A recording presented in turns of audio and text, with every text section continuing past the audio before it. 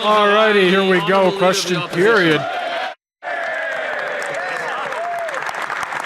cares, Mr. Speaker?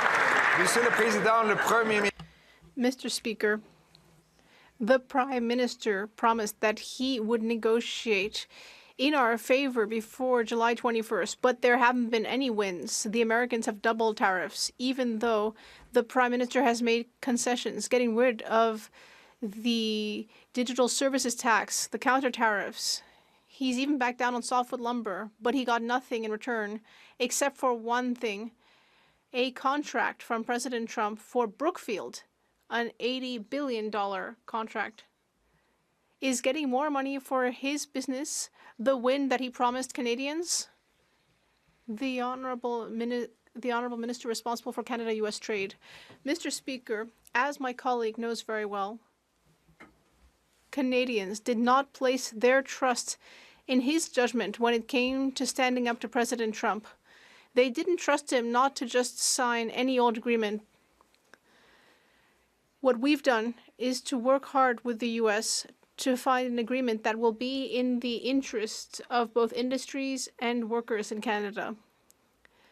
At the same time, Mr. Speaker, we are taking more measures to help Canadian workers and industries. The Honourable Leader of the Opposition. Mr. Speaker, do you want the good news or the bad news? Well, in these times, I guess we'll have to start with the good news. It's all we've got. The good news is that David Eby, the Premier of BC, has absolutely no constitutional authority to block a pipeline. The bad news is that this Prime Minister does. Under Section 9210A of the British North American Act, works between provinces are exclusively the federal government's responsibility. So will the Prime Minister stop hiding behind the powerless Premier, get out of the way, and approve a pipeline to the Pacific today? The Honourable Minister of Natural Resources. Mr. Speaker, I'd invite the member opposite to buy a ticket to Calgary tomorrow to see how a federal government works with the provincial government to build Canada strong. Leader of the Opposition. Tomorrow, the Prime Minister will wave around in the air a worthless piece of paper that he says that the Premier of BC can veto any time he wants.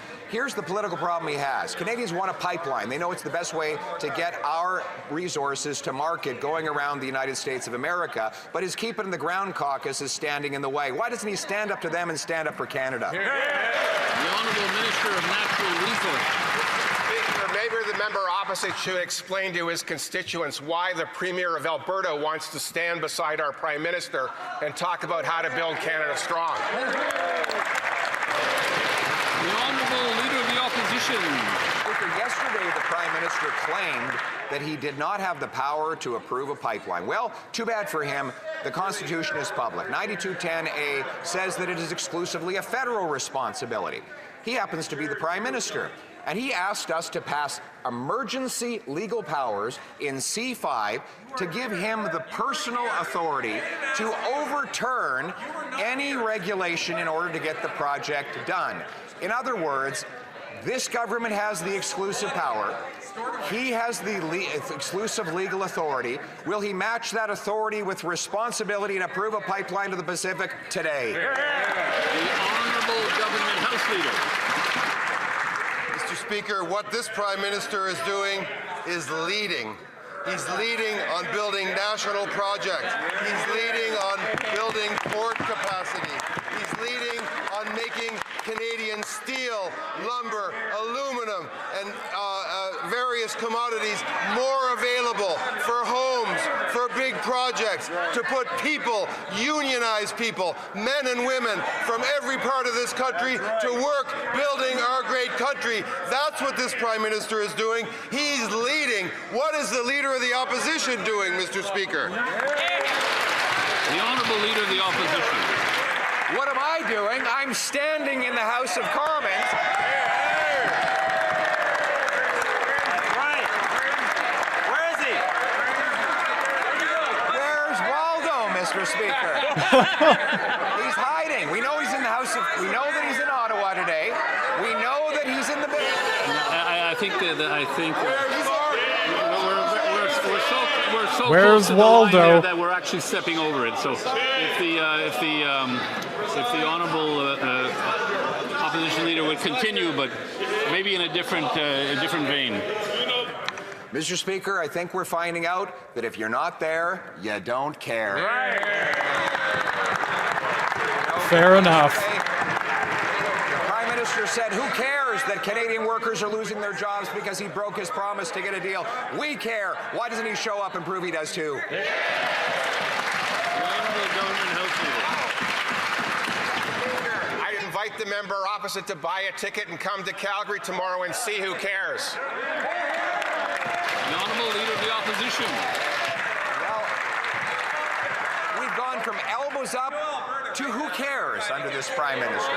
Remember, he said he would negotiate a win and he would get a deal by July 21st. Well, still no win, still no deal. He's made concession after concession. He backed down on counter tariffs, on the digital services tax, on the legal action against softwood lumber, and he got nothing in return. Well, one thing. Brookfield, his company, got $80 billion in contracts hand-signed by the president just 20 days after the two met. Is that what he meant when he said he would negotiate a win with Trump? The honourable minister responsible for Canada-U.S. trade. Mr. Speaker, I know it's an inconvenient truth for the Leader of the Opposition that Canada right now, today, has the best deal of any trading partner of the United States.